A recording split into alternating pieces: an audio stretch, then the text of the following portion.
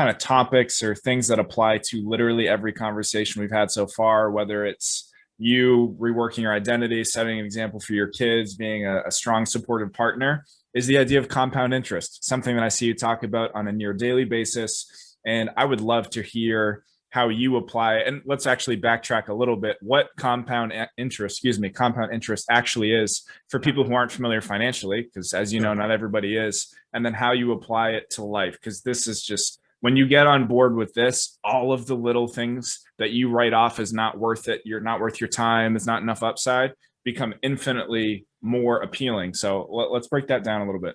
Yeah, so it's the most powerful phenomenon in savings. It's how most of us accumulate our wealth. Now, some people, build businesses, and I would argue that's still a form of compound interest because you're working every single day to ultimately sell it for some massive number or something 20 years from now. For the most part, we put our money into a bank. And when I say a bank, I mean maybe the stock market, a real estate portfolio, whatever, some form of savings that provides us a return. Now, we have a choice. Every year, we can take that money out that we've earned, a portion of that money out, and spend it, right? That would be simple interest. You go to the bank, you get 5% interest. It doesn't exist anymore, but 5% interest on a bond or a CD or whatever. It's $100,000. You got $5,000. Okay. I can take that money out and I can go spend it. We can go on vacation as a family, have a lovely vacation, or I can leave the $5,000 in. And next year I earn 5% on $105,000 instead of 100. And so my interest, I'm not going to do the math right now because in my head, but I'm not sure, but it's more than $5,000, right? 5% is more than $5,000 of 105. The year after that, I leave that in there. And now it's 111 or 112,000. If you look at the two lines, simple interest versus compound interest over the course of 3 or 5 years, they don't look that different. But when you start to extend that line out, when you go 10 years out, 15 years out, 20 years out, you have the flat line of simple interest because you keep taking your money out. That compound interest line starts to look like a hockey stick. You're from the Northeast. A lot of people probably understand hockey pretty well up there. A hockey stick goes whoop straight up like a curve, right? They become unrecognizable, right? The later years, the effect of compounding becomes astronomical. And so that works in savings. And I'm here to tell you that that works in your life as well. And you don't necessarily have to wait 10 or 15 years. It's the concept of all these little things, as you said, great point, little things that we do, little choices that we make that build up over time. I talk a lot about people throw away days. So for me, right, we're in the middle of the summer. Everyone has a rough weekend because we're enjoying ourselves. Maybe you have a business dinner Wednesday, friends in town Thursday, and then Friday you go away again or something like that. So what do? We go Monday and Tuesday and we go, well, screw it. It's 2 days, right back into the mix. 2 days of 7 is 28%. It's a quarter of your week. And so even if you had a disaster Friday, Saturday, Sunday, Wednesday, Thursday, Friday coming back up, you could still get 28% better by nailing Monday and Tuesday. And so we don't think about things like that. And that now works at the micro level in terms of your day, right? Let's say you have to go out for a client dinner tonight, or you're going out to a dinner party with other couples, and it's going to be a boozy event, and there's going to be onion rings and cream spinach and lobster mac and cheese. Like, what if you just nailed the entire day leading up to that dinner, right? A lot of my guys, let's just use me for context. I'm 6'6", 225 pounds. I eat about 28 meals a week, like about 4 meals a day based on my, height, weight, age, and activity level. Okay. This magic place that we all want to be, that we all coach our people to be, is somewhere in the 80-20, range of life, right? 80% of your business comes from the top 20% of your customers. Even if at 28 meals, that's almost 6 meals a week that I could F off and enjoy and still be in this 80-20 mix. So my point is that we don't give credit to the little decisions that we make. Could you take a phone call walking instead of sitting on your butt? You get 100 steps a minute. If you take a 45-minute phone call walking, it's 4,500 steps. That might be more than you're taking a day right now, right? You can't get to the gym today. So what do we do? I don't have 60 minutes for the gym. Do you have 25? Could you do 3 to 5 minute intervals, in between calls? And now I understand that you might not be able to do this stuff at your office in a cubicle. But again, going back to the audit process, we have far more time for these little moments throughout the day to contribute to our success. And if it's not contributing to our success, I guess it could be neutral in some form, but it's most likely being, detracting from our success, right? And so it's kind of one or the other. So, I'm not saying go through your day and like constantly put this pressure on yourself to like make the best choice you possibly can, but like wake up a little bit and think about, what are you doing? How long have you been sitting watching TV on the couch at night? If you really love TV, I might not suggest that you stop watching TV right away because I'm taking something away from you that you love, ingrained behavior. I might suggest that you stretch on the carpet, on the floor, instead of sitting your butt on the couch the whole time.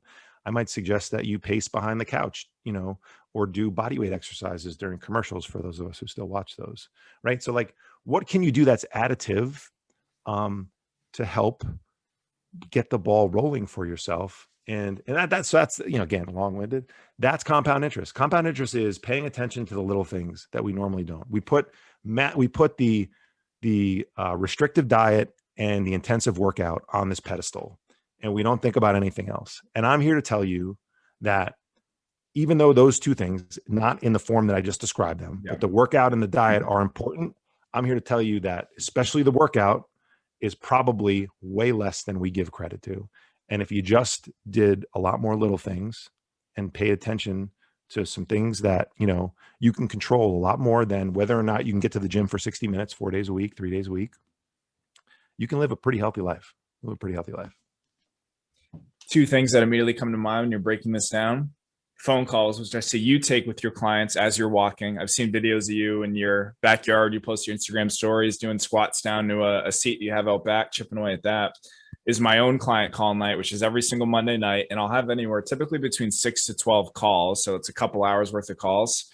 And I could be sedentary the entire day. I'm somebody who paces during my calls anyway. Like I can't sit still. I look up, I'm at 8,700 steps without even thinking about it, just by having some form of distracted activity. Now, I might look at this on paper and say like, okay, yeah, I could pace during my calls. It's not really going to do a whole lot for my health, but it adds up a significant amount. Like you said, those little things maybe up front, not overly appealing, not necessarily worth it, but over the course of, let's say over the course of a month, that's an extra 35,000-ish steps that I got just by being willing to walk during my calls.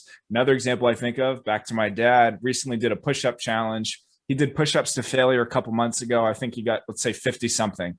And his goal was just to add one. He could break it up however he wanted throughout the day, but his goal was just to add one per day. So let's say he started at 50, the next day is 51. Eventually, instead of one set of 50, is maybe 2 sets of 26. Long story short, he did this, I think it was for 90 days. And again, I won't do the math because I can't off the top of my head, but he was looking at a few hundred push-ups at the end of this 90 days per day. There's that compound interest, and none of his sets were extreme. He was doing 8 reps there, 20 maybe before he got in the shower, 30 before he went out to dinner. And by the end of the day, he'd done hundreds of reps. You add that up over a 12-week period. He's doing thousands of push-ups. Insane. I'm such a believer in this to the extent that I feel like it's actually been to my detriment a little bit, because I've been such this compound interest guy, micro movement. There is a lot of value to that 45 or 60 minutes that you can spend intentional, maybe with the right coach, in a strength training or some sort of fitness routine, whatever it is that's your jam, right? But to sort of, continue with your point, like if you do 10 push-ups an hour, which for a lot of people is pretty manageable, right? In an 8-hour day, right? Which is usually the work day. And if you do them on the weekends, right? If I told you, do you think you'd be in better shape if you did 29,000 reps of anything in a year, right? You'd probably say yes. That's 10 push-ups an hour for 8 hours a day. And so when we break things down, like the finish line, I talk to, my clients all the time, like sometimes the horizon the horizon's the horizon. It's never going to get closer. It's by definition, it will always be out there in the distance. And for somebody who needs to lose 50 or 75 pounds, somebody who needs to get their wife back, somebody who, you know, needs to really turn their life around, stop drinking 5 nights a week, that can feel like an eternity. It is an eternity. And so how do you accomplish that? If you constantly are focusing, oh my God, it's been 3 months and I only lost 6 pounds and I want to lose 75, that's demoralizing. I get it. I get it. I've had some joint pain that I'm like, how am I ever going to fix this? I mean, it literally hurts every step I take. How am I going to dunk a basketball again? And so you have to sort of divorce yourself. It's a hard part again. Plug for the coaches, where when you have somebody, that works with you, that reminds you about what we're focused on, right? We put our blinders on for what we're supposed to do this week. If you remove yourself from the outcome and just focus on the habits, the identity of the person that you're trying to become, over time, this stuff takes care of itself.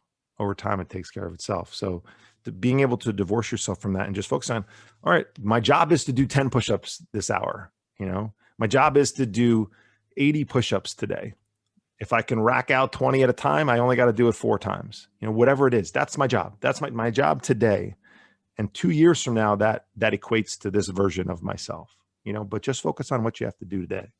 I'm sure you've heard the expression, people tend to overestimate what they can do in a very short period of time and tend to underestimate what they can do in a moderate to long period of time. And I don't know if you know, Mike Vacanti is like an online fitness coach, and he put out a video once saying, picture if you did nothing like crazy, like you said, no restrictive dieting, overly intense workouts. Picture if you just did everything you said, keep your promises to yourself.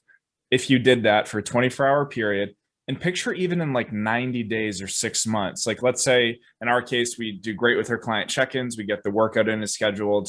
We control our drinking, go to bed at a reasonable time. Our businesses and health could look radically different in just 90 days. And again, people tend to shortchange this to like a 21-day fix, 14-day cleanse type thing. But slightly beyond that, if you just string together non-extreme, non-overly intense decisions, you'd be shocked. And I know you know this, at how much those things add up in even a 1 to 2 year period, which when you get to that point and you've radically changed your marriage, the way your household operates, your confidence, your self-efficacy, in 2 years, you're not going to give a shit that it took you 2 years. You're going to be like, great, I'm 42. And now I have 40 years to enjoy this thing that I was willing to do in the first place. Amen. I couldn't have said that better myself.